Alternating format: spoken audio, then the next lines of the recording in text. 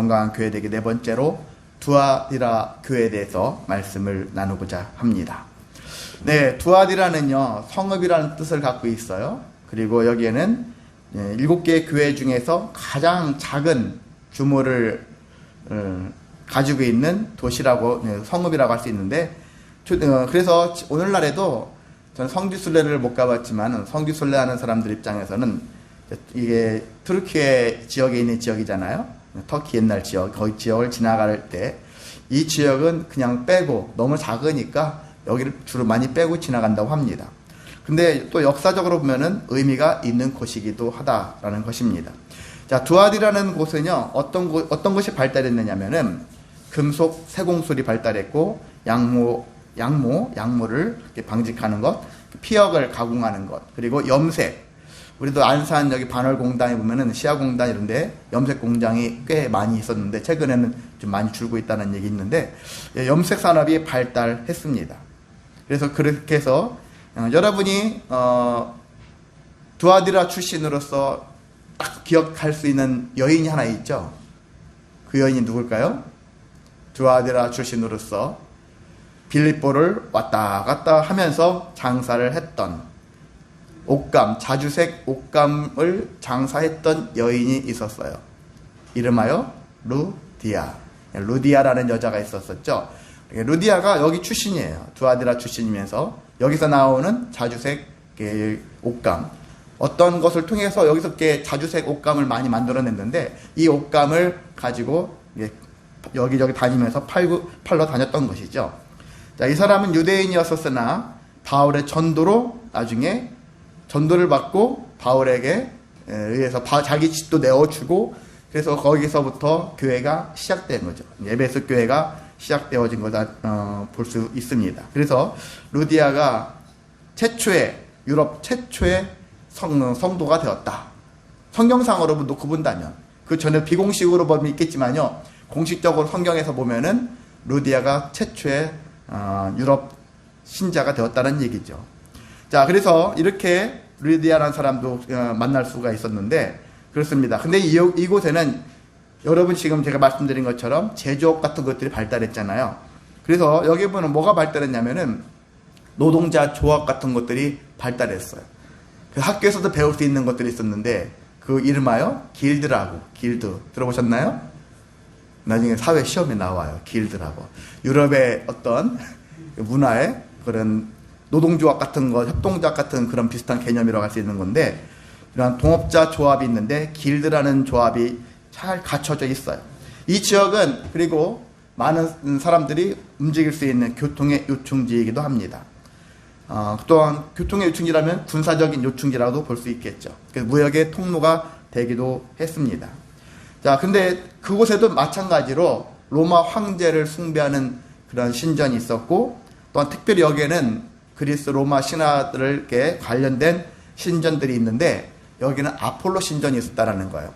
아폴로는 누구의 아들이었을까요? 이어나? 까먹었나요? 예, 그리스 로마 신화면 현아인데 제우스, 여러분 잘 알고 있죠? 제우스라는 신의 아들인데 태양신인 아폴로라는 그런 신을 섬기는 신전이 있었고, 또한 미의 여신이라고 할 수 있는 아데미라는 그런 여신을 위한 섬기는 신전들이 여기저기 산재되어 있었다는 것입니다. 자, 그런 환경 속에서 주님은 이 두아디라 교회에게 무슨 말씀을 하시기 위해서 나타나셨을까?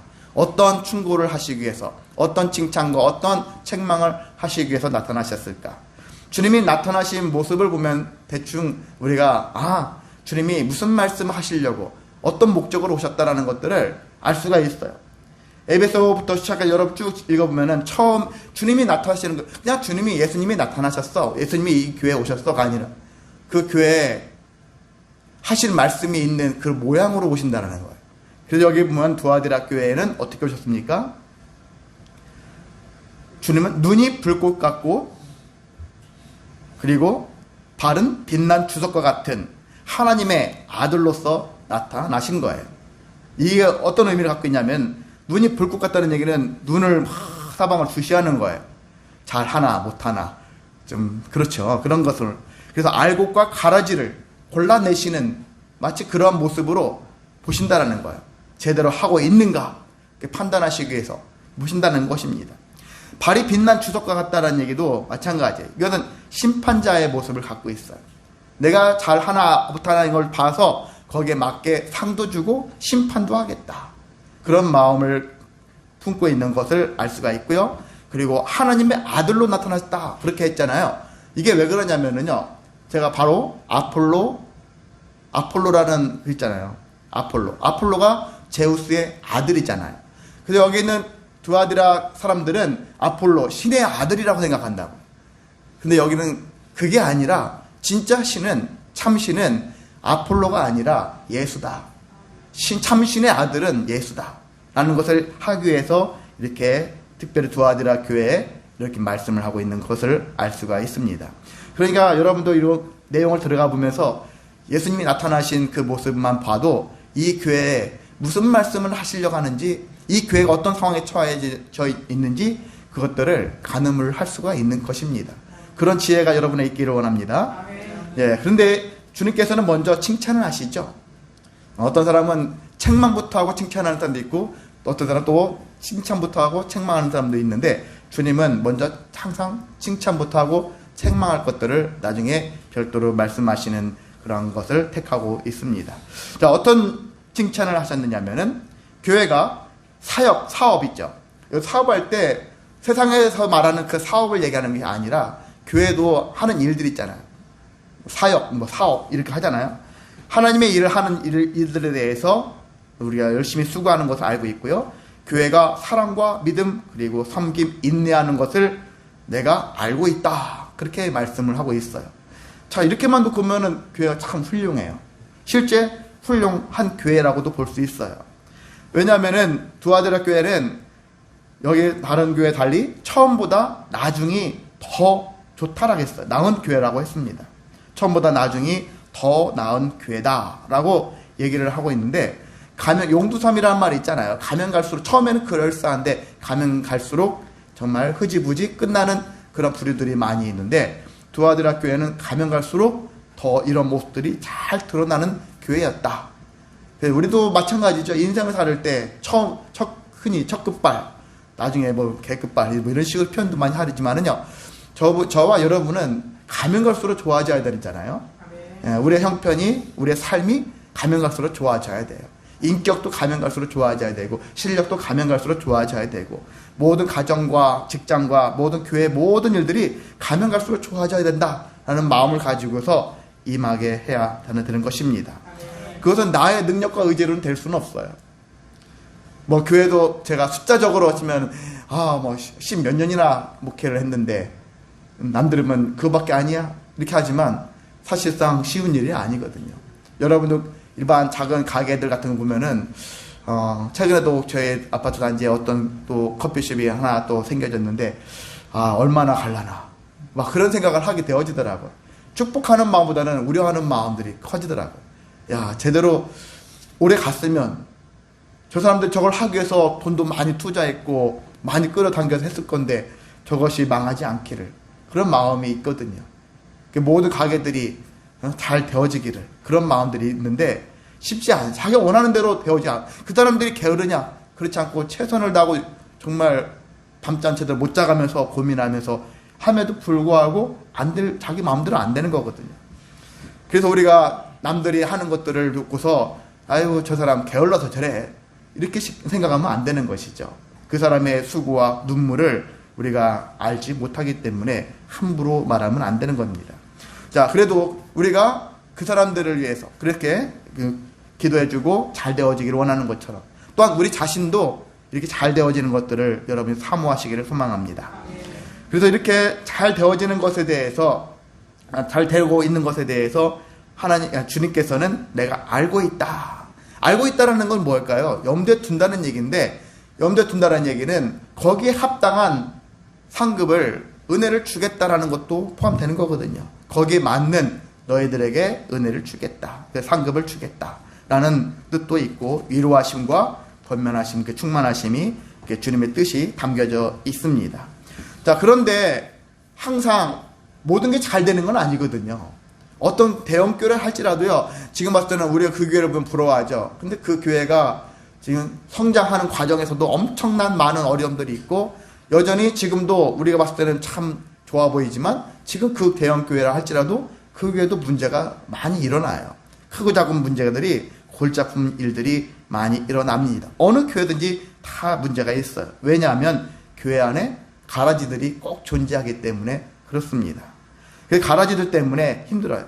이 두아디라 교회에는 어떤 가라지가 있었을까? 여기 보면은 이세벨이라는 여자가 나와요. 이세벨이라는 이름은 고상하다. 이름은 고상해. 참 좋은 뜻을 갖고 있어요. 그런데 행위는 참 개팍스러워요. 강팍하고 잔인한 여자의 모습을 가지고 있습니다. 자, 이세벨은 열왕기상 16장에 이세벨이라는 여자가 나오는데요. 이 여자는 일종의 왕비예요. 북쪽과 남쪽으로 이스라엘 나눠지고 북쪽의 7대 왕이 아합인데, 아합 왕의 아내였어요. 이방 여자였어요.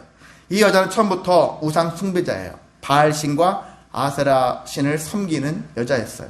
이 여자랑 아합 왕이 결혼을 했는데, 아합 왕이 믿는 하나님을 믿는 게 아니라 아합 왕을 오히려 남편을 하나님을 못 믿게 하고 하나님을 버리게 하고 바알과 아세라 신을 섬기는 우상 숭배자로 만들어버린 여자예요. 참 대단하죠? 흔히 얘기하면은 인플루언서예요. 영향력을 끼치는 자. 우리 주변에 그런 사람 많지 않습니까? 우리가 뭐 유튜브 같은 거 이렇게 하는 사람들 보면은 그 사람들은 크리에이터라고도 하기도 하고, 또한 인플루언서라는 그런 말도 갖다 붙이는데, 그 사람들의 말 한마디에 따라서 사람들이 좌지우지 하는 거예요. 그 사람 막 감정도까지 다 마음이 여러 가지로 많이 흐트러지고 그들이 원하는 대로 되어지는 것들이 많거든요. 그런 여자라고 볼 수 있는 거거든요. 근데 이 여자가 단지 바알 숭배자였느냐? 그게 아니라 실제 바알 제단까지, 그리고 아세라 우상까지 세운 여자였고, 그뿐만이 아니라 하나님을 믿는 많은 선지자들을 죽였어요. 핍박했고 죽였어요. 그리고 우리가 유명한 자 있죠? 유명한 선지자, 갈멜산에서 싸운 번제물을 하잖아요. 누구죠? 엘리야라는 선지자. 갈멜산 싸움 대결 끝나고 났을 때 바알 선지자, 아세라 선지자를 대거 많이 950명이나 죽였잖아요. 그렇게 했는데 이걸로 인해서 이 이세벨이 열받아서 엘리야에게 내가 너를 반드시 죽이고 말겠다 통보를 했죠. 그래서 그걸로 인해서 엘리야가 도망쳤고, 나중에 기진맥진했고 탈진하는 모습으로 하나님께 죽여달라 그렇게 엘리야가 얘기했었고, 근데 하나님이 엘리야 보고 너뿐만이 아니라 너 말고 남은 자가 아직도 7,000명의 남은 자가 있다 그렇게 하면서 엘리야에게 위로의 말씀까지 한 내용들이 열왕기상에 있습니다. 자, 이렇게 이세벨은요, 성경 역사상에 가장 잔인하고 타락한 여자다. 그 대표성을 띠고 있어요. 우리가 앞에 에베소 교회는 니골라당이라는 그런 교훈을 따른 자들이 있죠. 그리고 버가모에도 니골라당과 발람의 교훈을 따르는 자들 얘기가 또 나와요. 그리고 오늘 두아디라 교회에는 이세벨의 교훈을 따르는 자들이 있었다라는 얘기하고 있어요. 이게 다 구약의 신앙을 타락시키는 자들, 이런 자들의 대표적인 이 이름들을 거론하면서 교회에 이런 사람들이 여전히 존재한다라는 얘기죠. 그럼 두아디라 교회에만 존재하느냐? 오늘날도 많은 교회 중에 이러한 교훈을 따르는 자들이 존재한다는 것입니다. 안타깝게도 그런 존재해요. 어디 가나 이런 잘못된 가르침을 주는 자들이 반드시 존재한다는 것입니다. 그래서 교회도 안전지대는 아니에요. 교회 안에서도 말씀들이 선포되어졌을 때 저 말씀이 또한 성도들 간에 어떤 사람들 간에 비밀스럽게 어떤 막 이야기들이 오가는데, 그러한 얘기들이 정말 하나님의 진리를 벗어난 이야기들이 꽤 많이 돌아다닌다는 것입니다. 그래서 교회 안에 있다고 해서 안전할 것이 아니라 여러분도 깨어 있어야 되는 거예요. 내가 하나님 말씀이 정말 무엇인가를 발견해야 하는 것입니다. 그래서 저도 지방에서 목사님들 전도사를 시취한다든지 목사가 되어질 분들을 시취한다든지 하는 것들을 최근에 하고 있는데, 그렇습니다. 얼마 전에도 지난주에도 한 분의 전도사 분을 목사 안수 시취를 했는데 어떤 질문 같은 것들을 했을 때 선뜻 대답 못하는 경우도 많이 있어요. 그리고 정말 중요한 건데 아직 모르는 것도 있어요. 나이가 20대라면 좀 이해가 가는데 30대라면 좀 그래도 조금 더 이해를 갈 수 있는데 40대가 되었는데도 아직도 그렇게 잘 모르는구나. 그런 것들을 이렇게 볼 수가 있는데 그렇습니다. 계속 채워갈 거니까 좋아지겠지만요. 우리가 잘못된 것이 들어갔다가는 큰일 나는 일들이 많습니다. 자, 이 이세벨은 어떤 일을 했느냐? 사람들, 성도들한테 두 가지를 용인하게 만들었어요. 이 인플루언서, 영향력 끼치는 사람이었는데, 여기는 이걸 성경 이세벨이라는 실제 여자 선지자가 있었는지, 아니면은 그냥 그런 부류를 이세벨로 갖다 붙여서 어떤 상징성으로 한 것인지, 이게 남자인지 그룹인지 뭔지는 잘 모르겠어요. 다 알 수는 없어요. 진짜 A라는 특정한 어떤 여자 영향력 끼치는 자가 있었는지 그 여부는 알 수는 없지만 우리는 그냥 이걸 다 통합으로 얘기해서 교회 안에 이런 자들이 있다. 이런 자들이 있는데 여기 두아디라 교회에는 어떤 문제를 일으켰을까? 우상 제물을 먹어도 된다. 그리고 음행을 해도 된다. 이게 그런 것들을 그냥 권장한 거예요. 해도 된다라고 한 것입니다. 근데 한편으로는 이것이 그 상황에서는 이해도 될 수도 있어. 어떤 측면에서 이해할 수 있느냐면요. 여기는 길드라는 그런 제도가 있었잖아요. 조합. 함께 할 수 있는 그런 노동자, 동업자 조합인데 이 조합들이 틈만 나면은 우상숭배를 한 거예요. 단체로. 근데 여기서 나는 우상숭배 안 할 거야. 빠질 거야. 이렇게 빠지면은 주변 사람들이 좋아하진 않겠죠. 계속 빠지면 야, 쟤 빼. 여기도 마찬가지죠. 함께 하지 못하고 계속 빠지면 동업자 그룹 안에서 이탈할 수밖에 없죠. 이탈되어지면 나는 먹고 사는 문제가 걸리는 거예요. 생계의 문제가 생겨버리니까 어쩔 수 없이 저기를 참석해야 되겠는데 근데 신앙으로 보면 참석하면 안 될 것 같고 막 갈등을 하는 거예요. 갈등하고 있는 사람들에게 이 이세벨이라는 여자는 가도 돼. 가서 먹어도 돼. 이렇게 얘기를 하는 거예요. 그들과 어울려도 돼. 먹고 살아야지. 이런 얘기를 하는 거죠. 자, 그런 면에서는 언뜻 보면은 그럴 수도 있죠. 저 여러분도 있잖아요. 살다 보면은 힘들 때가 있잖아요. 물질적으로, 건강적으로, 여러 가지로 인간관계로 인해서 힘들 때, 때로는 교회를 안 가고 싶고, 그럴 수도 있어요. 그런 마음이 생길 수 있는데, 그럴 수도 있지. 힘들면은 빠질 수도 있지. 어떤 사람이, 저도 예전에 그랬거든요. 주일날도 일을 해야 돼요. 돈이 없어서. 그렇게 얘기하셨을 때, 그래, 예배를 빠져가면서 그렇게까지 하는 것에 대해서 옛날에 그런 성도가 있다면 어떻게 해야 되나? 그럴 수도 있지. 먹고 살아야 되니까. 저도 예전에 30대 때는 그렇게 생각도 했었어요. 그런데 말씀을 계속 보다 보니까 그게 아니구나. 잘못하면 저도 이세벨과 같은 그런 사람이 될 수 있겠구나. 더 하나님께 가까이, 하나님께 동행하게 만들어야 될 사명을 가진 자가 세상 논리처럼, 세상 이치처럼 그런 걸 가르치고 있는 내 자신이었구나 라는 것들을 생각하면서 그러면 안 되는구나. 제대로 된 것을 옳은 길을 가르쳐 줘야 되지 않겠나 하는 그런 생각이 들더라고요. 물론요, 여러분 우상 제물 먹는 것에 대해서 고린도전서에 보면은 바울이 고린도 교회의 여러 가지 문제 중에 하나가 우상 제물 먹는 것에 대해서 이의를 제기한 것들이 있거든요. 우상을 제물을 먹어야 되는 건가, 먹지 말아야 되는 건가, 이것에 대해서. 근데 한국 교회는 이전부터 먹지 말라 이렇게 얘기하고 있죠. 그런데 고린도전서에 보면은 바울은 8장에 보면은 우상 제물을 먹을 수는 있다라고 얘기하고 있어요. 먹을 수 있다, 우상 제물을. 먹을 수 있는데 그 근거가 뭐냐면은 우상은 사람이 만들어낸 거야. 그렇기 때문에 신이라고 하지만 제우스니 아폴로니 아데미니 바알이니 뭐 이런 수많은 신들 있잖아요. 사람이 만들어낸 거기 때문에 실체하지 하는 거예요. 실존하지 않는 신이라는 거예요. 신이라는 게 아예 없는 신인데 그러니까 제물로 드렸잖아요. 이 제물을 먹어도 된다라는 거야. 야, 가짜 신, 없는 신이야 하면서 그냥 먹을 수 있는 거야. 그런데 할 수만 있다면 안 먹는 것도 좋다. 어떤 면에서 먹지 말아야 되느냐? 내가 먹음으로 인해 가지고 나는 믿음으로 이겨낼 수 있는데 믿음이 연약한 사람이 있다라는 거예요. 시험에 잘 드는 사람이 있다는 얘기죠. 그런 사람이 봤었을 때 내가 먹음으로 인해 가지고 믿는 자가 말이지 저렇게 하면 될 수 있어. 이런 식으로 비아냥 들을 수 있는 환경이라든지 그걸 보는 아직 신앙이 이제 초짜라갈 수 있죠. 초신자급 되는 사람들이 그걸 보면서 믿음이 막 마음이 상해져 가지고 믿음이 나약해지고 믿음에 대해서 회의적이 되어지고 이런 일이 생겼다면은 그 사람들 앞에서는 먹지 말아라. 애써 먹을 필요가 없다. 그런 얘기를 하는 거예요. 그러니까 기본적으로는 먹을 수 있다라는 거예요. 왜? 우상은 가짜 신이니까, 없는 신이니까 먹을 수 있다라는 거죠. 먹을 수는 있대. 그렇지만 주변 사람들한테 시험들 일이 생겼다면은 안 먹는 게 좋다. 연약한 믿음을 가진 자들 앞에서는 안 먹는 게 좋겠다. 그들의 믿음을 지키기 위해서. 이렇게 바울이 결론을 내주었거든요.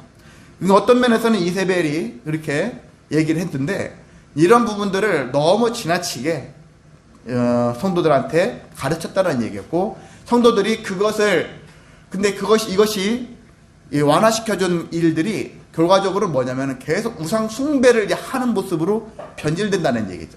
그래서 이들은 좋은 믿음, 견고한 믿음, 건강한 믿음을 가진 자들이 아니니까 믿음이 언제든지 우상 숭배하는 믿음으로 잘못된 변질된 믿음을 가질 수가 있기 때문에 여기 두아디라 교회에서는 이것을 금하고 있는 것이죠. 그래서 이세벨의 행위는 그래서 영적으로 타락하는 행위라고 볼 수가 있는 것입니다. 자, 그런 관점에서 우리는 생각해 봅니다. 내가 만약에 영향력을 가진 자, 저와 여러분 모두가 다 인플루언서예요.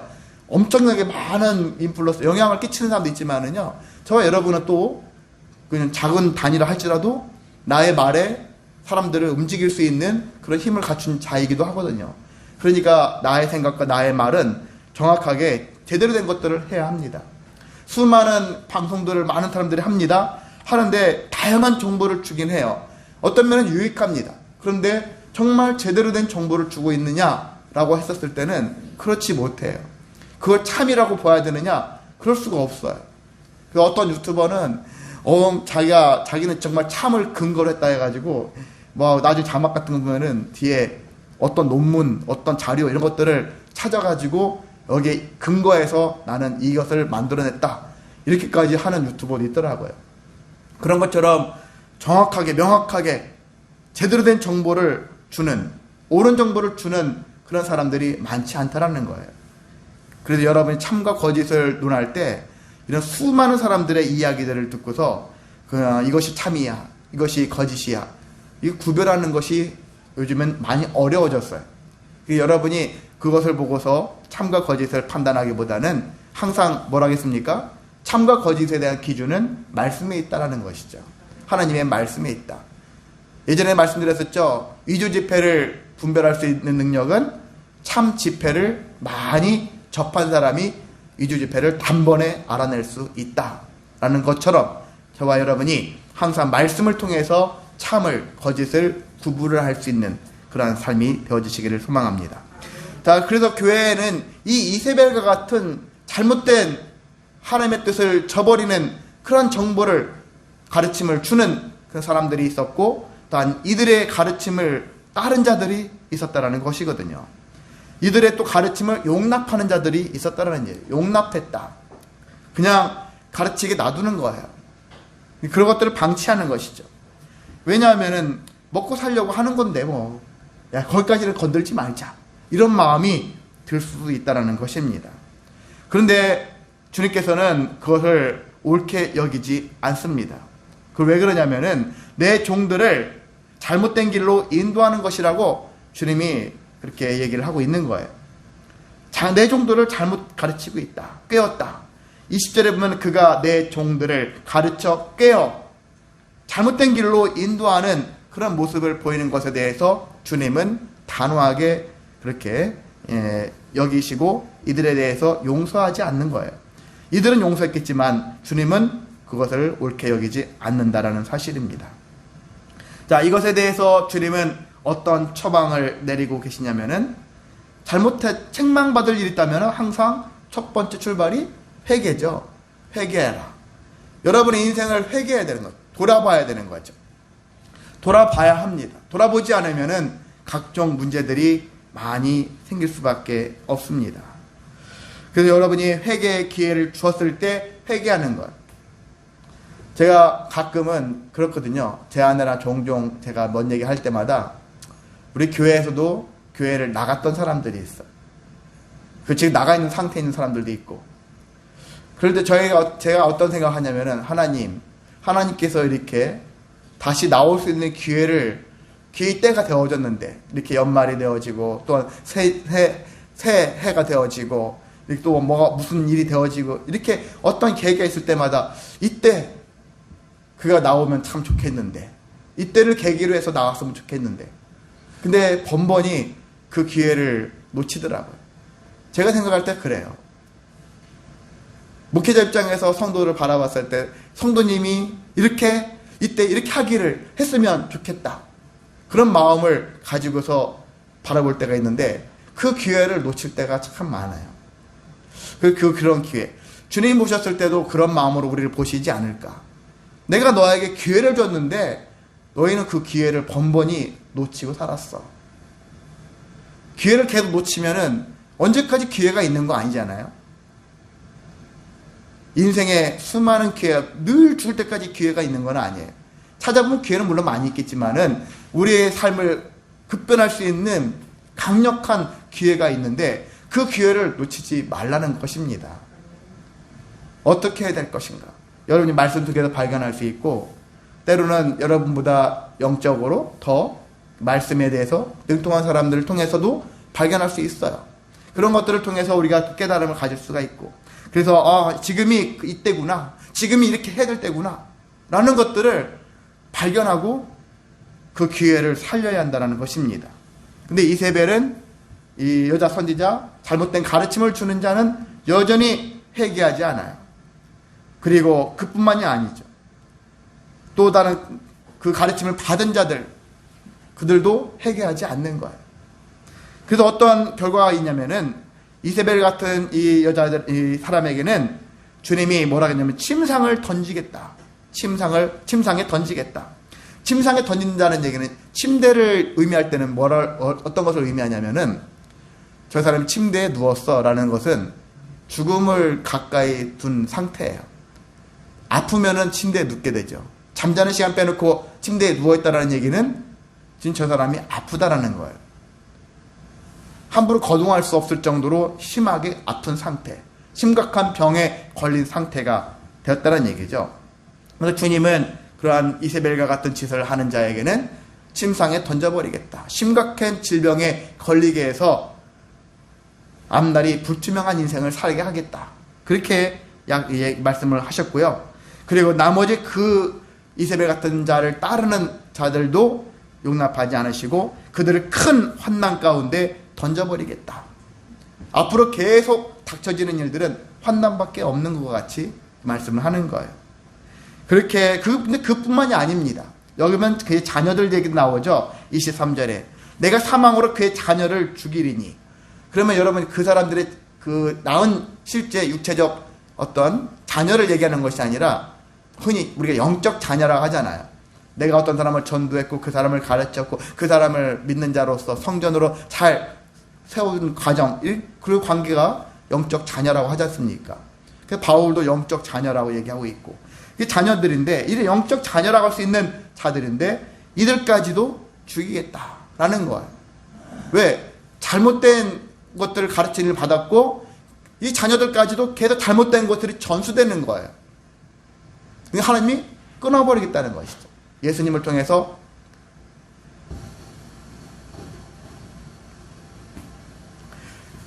그 주님께서는 그렇게 영적 자녀들을 죽임으로 인해서 끊어버리겠다 했는데 주님이 그런 말 하시면서 뭐라고 하셨냐면은 23절에 보세요. 나는 사람의 뜻과 마음을 살피는 자이다 라는 얘기를 하고 있어요. 하나님께서는 우리에게도 말씀하셨죠. 나는 너희를 감찰한다. 그렇게 말씀하셨지 않습니까? 감찰하시는 하나님. 우리를 살피신다는 것. 그냥 이쁘게만 마냥 보시는 것이 아니라 잘못된 것을 할 때마다 걱정스러운 마음을 가지고 우려하는 마음을 가지고 빨리 제대로 된 길로 가야 될 텐데 하는 마음을 가지고 지켜보신다라는 것입니다. 그런 것처럼 주님도 예수님도 아버지의 마음을 닮은 분이기 때문에 같은 분이니까 나는 사람의 뜻을 그리고 마음을 살피는 자다. 그렇게 얘기를 하시면서 결론은 뭐냐면은 살피는 것뿐만이 아니라 내가 너희들의 행위대로 갚아주겠다. 한마디로 잘하는 자에게는 상을 줄 것이고 잘못하는 자들에게는 거기에 책망에 합당한 벌을 주겠다 라는 것이 주님의 뜻이거든요. 이렇게 우리에게 역사한다는 것입니다. 반면에 말씀대로 잘 충성되게 이세벨의 교훈을 받지 않는 영혼들, 그리고 특별히 여기에 사탄의 깊은 것이라는 말도 있거든요. 성경을 읽다 보면 사탄의 깊은 것 24절에 소위 사탄의 깊은 것을 알지 못하는 너희에게, 우리는 이렇게 되어야 되거든요. 이세벨의 어떤 가르침을 받지 말아야 되고, 이세벨이라는 같은 사람은 사람의 모습이잖아요. 그런데 이 사람 말고도 우리 안에 있는 알게 모르게 깔려있는 수많은 잘못된 사상들이 있어요. 잘못된 믿음들이 있거든요. 이러한 사탄의 속삭임이 있거든요. 사탄의 깊은 그 내막이 있거든요. 이런 것들을 아직 알지 못하는 너희들, 우리는 그런 사람이 되어야 하는 거거든요. 순수한 믿음을 가지라는 거예요. 온갖 잡다한 것들을 다 뒤섞여버린 이도 아닌 저도 아닌 그런 모습이 아니라 순수한 모습을 가져야 한다는 것입니다. 그러려면은 우리가 말씀대로 준행해야 된다. 말씀대로 순종해야 된다. 얼마 전에 제가 얘기 하나 할게요. 제 조카 중에 하나가 저한테 막 전화를 해서 상담을 하고 뭐 이런저런 얘기 하고 있어요. 부모님이 사업장을 자기한테 지금 안 물려준다고 투덜투덜 해요. 자기가 빨리 이어받아가지고 사업장을 이끌어 가야 되겠는데. 근데 제가 솔직하게 얘기했거든요. 조카야, 네가 그 물려받기 전에 너는 엄마가 하는 일, 아빠가 하는 일에 대해서 네가 그 일을 충분히 네가 그걸 준행했는가? 말씀대로 순종하면서 그 일을 해왔는가? 그것부터 한번 돌아보자. 부모님이 해왔던, 수십 년 동안 해왔던 것들을 일단 들어가서 그 밑에서 부모님이 시키는 대로 열심히 다 해야 되잖아요. 그런데도 불구하고 부모님을 하는 거 대충 보고 나머지는 그냥 자기가 원하는 방식대로만 하는 거예요. 그렇게 하더라고요. 그래서 그러면 안 된다. 부모님이 판단했을 때 네가 어떻게 하는 것에 대해서 부모님이 하는 일들을 충분히 익히고 또 익혀서 익혀내야지만이 부모님이 안심하고 그 다음부터 너한테 이 사업장을 맡길 수가 있는 건데, 너는 지금 부모님이 하는 일을 제대로 하지 않으면서 자꾸 주변에 있는 다른 것들만 건들려고 한다. 그런 상태에서는 네가 그걸 맞지 않는 게 난 맞다고 생각한다. 제가 그런 쪽으로 얘기를 했거든요. 근데 제가 이제 하면서 성경 얘기를 했습니다. 어떤 얘기를 했냐면은 노아 얘기도 했고요. 그리고 성막을 만들 때 모세를 통해서 하나님이 지명한 사람 부살렐과 오홀리압이라는 사람들이 있지 않습니까? 이 사람들의 특징은 뭐냐면은요, 방주를 만들 때, 성막을 만들 때 하나님 말씀대로 준행했다. 성경에 준행했다. 그 누구보다 엄격하게 내 뜻을 막 집어넣고, 하나님께서는 이렇게 만들려고 했는데 이것보다는 이렇게 만드는 게 낫지 않나? 해서 자기 생각을 집어넣고 자기 판단을 집어넣고 하지 않았다라는 거예요. 그래서 만들려고 하는 그 모양대로 만들어냈다라는 것입니다. 그렇게 해야 되는데 그렇게 하지 않는 거예요. 자기 봤을 때 막 자기 마음대로 바꾸려고 하는 거지. 하나님께서는 그걸 원하지 않아요. 그러면 획일적으로 되어야 되느냐? 그건 아니에요. 하나님께서는 성령을 감동시켰죠? 성령으로 감동시켰고 지혜를 주셨어요. 지혜라는 것은, 여기서 지혜는 어떤 거냐면은, 만드는 과정은 하나님께서 어떤 식으로 만들어라, 어떻게 그것을 제조하기까지, 만들어내기까지 어떤 과정은 그 사람들에게 주신 재능대로, 지혜대로, 영감대로 만드는 거예요. 만약에 주물을 해야 돼, 어떤 쇠를 만들어야 돼, 재련을 해야 돼, 이런 것들은 하나님이 가르쳐 주신 게 아니에요. 이렇게 정확하게 이렇게 해야 돼, 그게 아니라 감동되어서 주물을 만들고 나무를 어떻게 재단하고 어떻게 톱질을 할 것이고, 이런 것들은 그 사람들에게 주어진 재능대로 하는 거예요. 근데 결과물 있잖아요. 결과물. 결과물은 하나님 원하시는 대로 하라는 것입니다. 제가 지난 수요일에도 이런 얘기를, 비슷한 얘기를 말씀드렸는데, 그래서 결과값이라는 얘기를 해요. 결과는 하나님이 원하시는 모습을 딱 만들어내는 거예요. 만드는 과정은 사람마다 다 다르겠죠. 그런데 결과는 똑같이 만들어내야 되는 거예요. 저와 여러분 다 다르죠. 하나님께 나아가는 방법, 길 다 달라요. 사는 것도 다르고 생각도 다르고 다 달라요. 다르지만은 하나님께 나아가는 결과는 똑같아야 한다는 얘기죠. 하나님을 믿는 신앙의 그런 결과는 같은 값이 나와야 한다는 것입니다. 수학도 한 가지 방법만 있는 거 아니잖아요. 풀이 방법이. 여러 가지 방법이 있어요. 답을 내기까지 여러 가지 과정이 있어요. 근데 결과는 제대로 된 답을 내면 되지 않습니까? 그런 것과 같이 신앙생활을 할 때 우리가 나에게 주신 지혜와 능력대로 감동받아서 준행하게 되어지면은 결과값을 낼 수가 있는 거예요. 같은 결과를 낼 수가 있는 것입니다. 이것들을 우리가 알지 못하면은 자꾸 중간에 다른 것을 섞어요. 그래서 이상한 곳으로 빠져나갑니다. 그러면 제대로 된 결과값이 안 나와요. 믿음에 대한 결과값을 우리가 얻어야 되지 않습니까? 온전한 믿음을 가지면 열매를 맺을 수 있다. 그렇게 말씀했는데도 열매를 못 맺는 이유는 잘못된 것을 집어넣었기 때문에 그래요. 순수하게 재련을 하라. 금이면 금만 넣어야 되는데 거기다 금 말고 다른 것도 넣어봐야 되겠는데 이런 생각을 가지면서 섞어버려요. 그래놓고서 열심히 해봐도 이거밖에 안 나오는데요. 하나님 말씀은 거짓말이에요. 참이 아니네요. 이렇게 하면 안 된다는 것입니다. 우리가 말씀대로 말씀에 대한 결과값을 염두에 두면서 이렇게 살기 위해서는 내가 어떻게 해야 될 것인가. 삶의 과정, 이 모든 과정, 나에게 주신 지혜와 능력을 동원해가지고 이 말씀의 결과값을, 믿음에 대한 결과값을 내기 위해서 좀 몸부림 쳐보자 라는 것입니다. 그래서 조카한테 그런 얘기를 했는데 쉽지는 않을 거예요. 왜? 오랜 시간을 거쳐서 이것이 숙련돼야 되는데 자기는 지금 급하거든. 당장 빨리 하지 않으면 내가 죽겠다는 생각을 갖고 있으니까. 이런 급한 마음이 있을수록 돌아가라 하잖아요. 근데 돌아가지 않고 지금 당장 빨리야 이런 마음을 가지고 있는 상태가 느껴졌기 때문에 좀 더 일찍, 더 어린 나이부터 했었으면 좋았을 건데 지금 나이에 40대가 넘어가가지고 그걸 한다라는 것은 쉽지는 않을 거예요. 근데 만약에 제가 얘기한 것들을 받아들이지 않고 자기의 마음만 앞세운다면은 저는 만약에 그 친구가, 그 조카가 사업을 하게 되어지면 그 사업장이 좀 문제가 생길 것 같다 생각이 들더라고요. 오래가지 않을 수도 있다.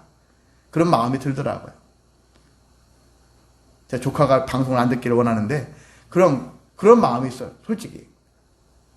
말씀대로 준행하지 않으면, 이 세상에서도 부모 말씀대로 준행하지 않으면 문제가 생기는데 우리가 하나님 말씀을 준행하지 않으면 문제가 더 심각해질 수 있다. 이런 것들을 기억해야 하는 것입니다.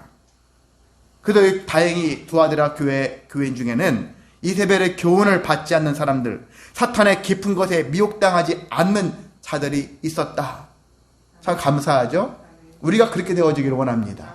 세상에 수많은 알지 못하는 이상한 정보들이 있는데 거기에 마음을 빼앗기지 마시고 미혹당하지 마시고, 우리가 초대교회를 쭉 지나가면은 대부분 뭔 얘기 나오냐면 거의 다 미혹이에요.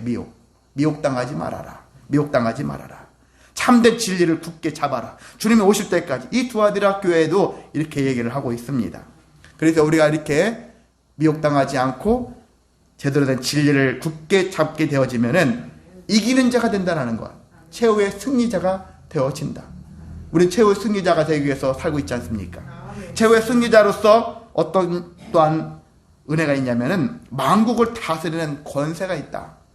주님과 함께 세상을 다스릴 수 있는 권세를 누린다라는 것입니다. 그뿐만이 아니라 28절에 그에게 새벽별을 주신다. 새벽별. 어떤 사람은 새벽별, 금성이냐 뭐 이렇게 하는데 새벽별을 주신다고 했는데 이 새벽별은 예수님을 상징해요.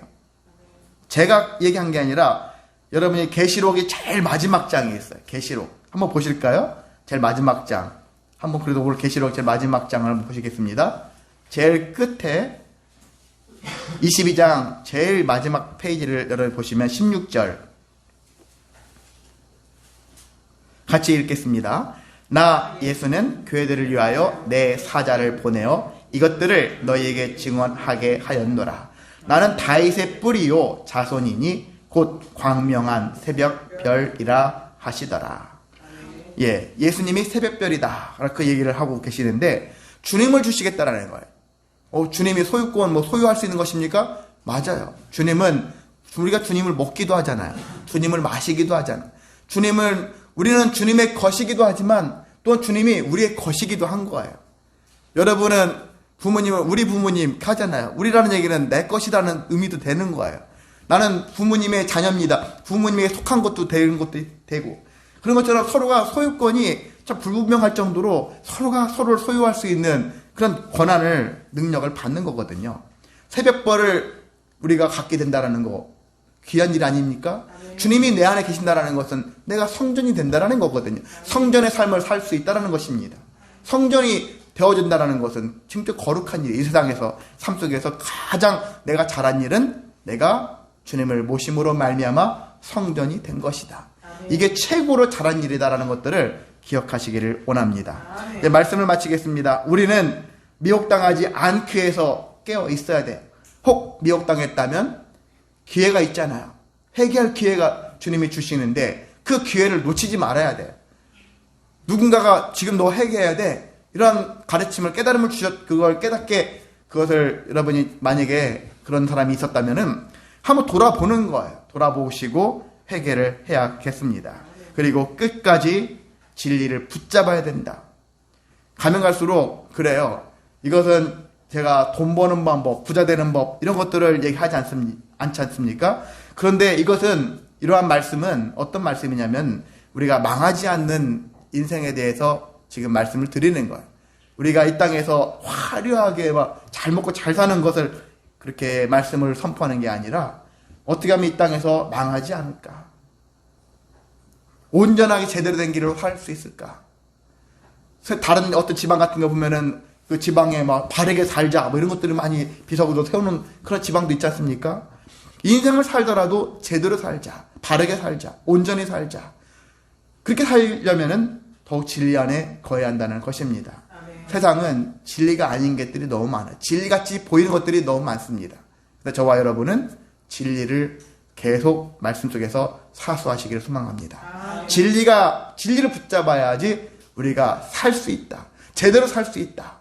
라는 것들을 기억하셔서 여기서부터 인생을 다시 새롭게 펼쳐나가는 지혜로운 저와 여러분 되시기를 주님의 이름으로 소망하고 축복합니다. 아멘. 네, 오늘 찬송 516장